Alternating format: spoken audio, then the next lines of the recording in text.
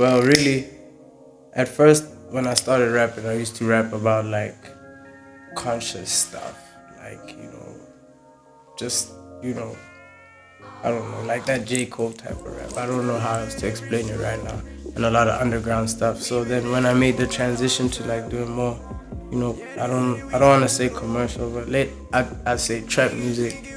My influences were like, trappers. And for me, for the most part, as a kid growing up, I was just doing like what kids would do, like boys would do. You know what I mean? Like just playing sports, running around, spray painting, doing all that. It's only after I came back from college when things got real. So hey, a nigga needed to make some money.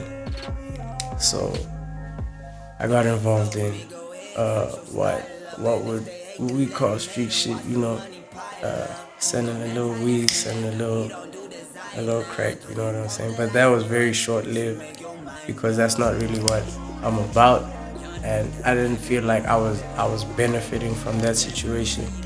So except financially, that's the only benefit. So like paranoia and a whole lot of things that you just don't want to be dealing with.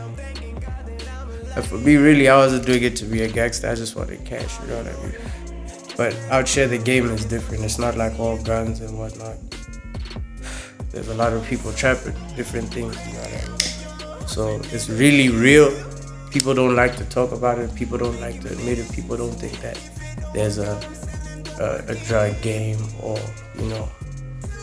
whatever you like to call it in Botswana, but it's real. And it's happening right now, you know what I mean? So that's that. But in terms of guns, I've never killed nobody. I've never shot at nobody. I mean, I've seen guns, I done held guns, but not to shoot at nobody. Just because people. You know what I'm saying? But that's really it, man. That's the truth, the whole truth. Nothing but the truth. So what we got.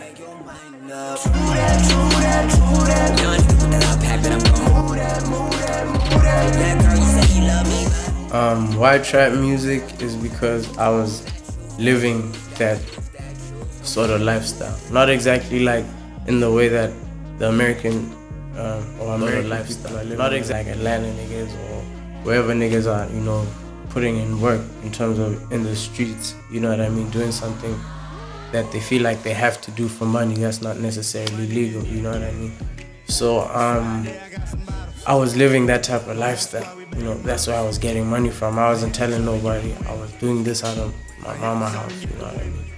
But like I've always wanted to be a rapper. So and I was rapping since like I was in standard 6, grade 6, whatever you want to call it. So I mean I wasn't very dope back then, but like I grew up listening to like all that, mostly like that East Coast, New York type of music, and then I transitioned into trap because I also love the beats, man. Those 808s and like it's grimy. You can do everything with trap music. You know what I mean? Like R&B vibes. There's a lot of things you can do with that southern, bounce and tempo. So I just fell in love with those type of beats. And yeah, for a long time I was just trying to find a way to put my real self and my real life and those beats and the way I was doing music before that, like before I made that transition or whatever. I was finding a way to put it all together and find my voice, like also in terms of singing, but like differently to how people are doing it. You know what I mean? So also because I don't feel like I can sing like R&B, like all sweet or whatever, but I do some type of singing, and yeah, basically in all of that I feel like I have a unique product and a unique sound. I make my own beats most of the time if I'm not working with my own team. So that's really why I chose to do it that way. And I also feel like it's art, it's music. Nobody has to tell you why they painted something a certain way, I don't feel like anybody really needs to explain why they did their art the way they did it, because it's their art. And I also feel like there shouldn't be any boundaries. But with this music and this rap thing, there's a culture to it, so you gotta find a balance. Down.